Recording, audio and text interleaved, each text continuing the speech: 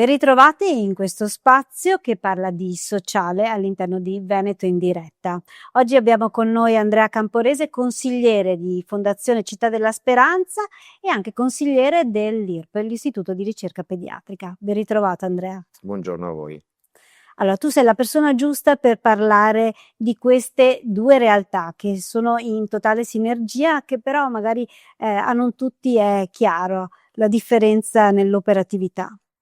Beh, allora la Città della Speranza ha compiuto 30 anni il 16 dicembre dell'anno scorso ed è quella che noi chiamiamo la cassaforte di questa fondazione ed è quella che raccoglie i fondi, quelli che ne garantisce la trasparenza assoluta, mentre l'Istituto di Ricerca Pediatrico compie 13 anni tra pochi giorni, il 13 di giugno, e sarà soprattutto ed è soprattutto il centro di ricerca, cioè quello che serve alla fondazione a curare i bambini e a trovare le risposte nuove per tutto ciò che è l'oncoematologia pediatrica, ma non solo.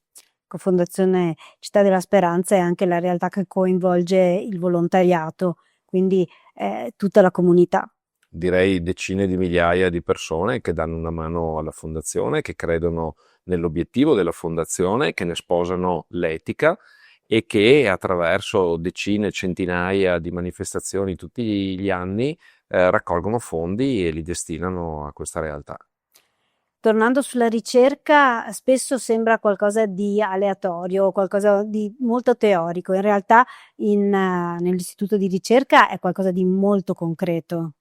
Sì, ci sono 200 ricercatori, sono 17.500 metri quadrati di laboratori.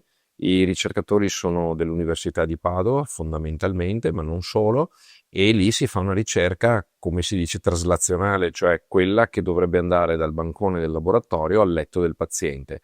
Padova è una città speciale da questo punto di vista perché c'è un'azienda ospedaliera, c'è l'università che fa la ricerca di base e si è inserito questo istituto di ricerca pediatrica proprio per riuscire a coniugare queste realtà e arrivare prima possibile al letto del paziente.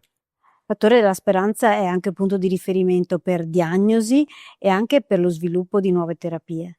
Sì, la diagnosi avanzata, così viene chiamata, è un progetto che noi abbiamo finanziato ormai da moltissimi anni ed è quella che permette ai ricercatori e ai medici della Città della Speranza di poter fare la diagnosi o la conferma di diagnosi di tutti i bambini, cioè qualsiasi bambino che si ammala da Enna ad Aosta avrà una diagnosi o una conferma di diagnosi presso il nostro istituto. E la rete comunque dei ricercatori fa capo anche a livello europeo e internazionale.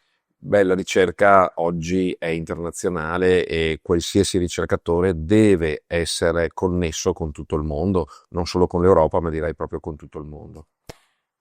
Il grande sogno di Città della Speranza è un'altra torre.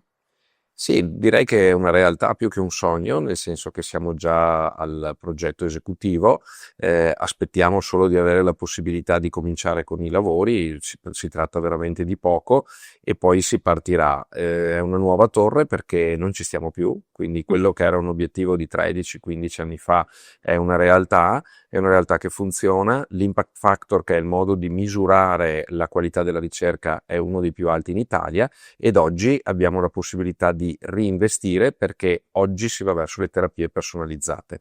Quello che noi vogliamo fare nella nuova torre è proprio andare in questa strada ed essere pronti al futuro. Ecco, spesso si confonde che la torre, si intende la torre come un istituto dove c'è degenza, in realtà non è così. No, la degenza è nell'oncomatologia pediatrica dell'ospedale di Padova, lì ci sono i bambini, lì è possibile accogliere i bambini non solo da tutta Italia, ma anche da altre parti del mondo quando c'è bisogno e la torre è quella che serve a curarli, quindi in torre ci sono solo ricercatori.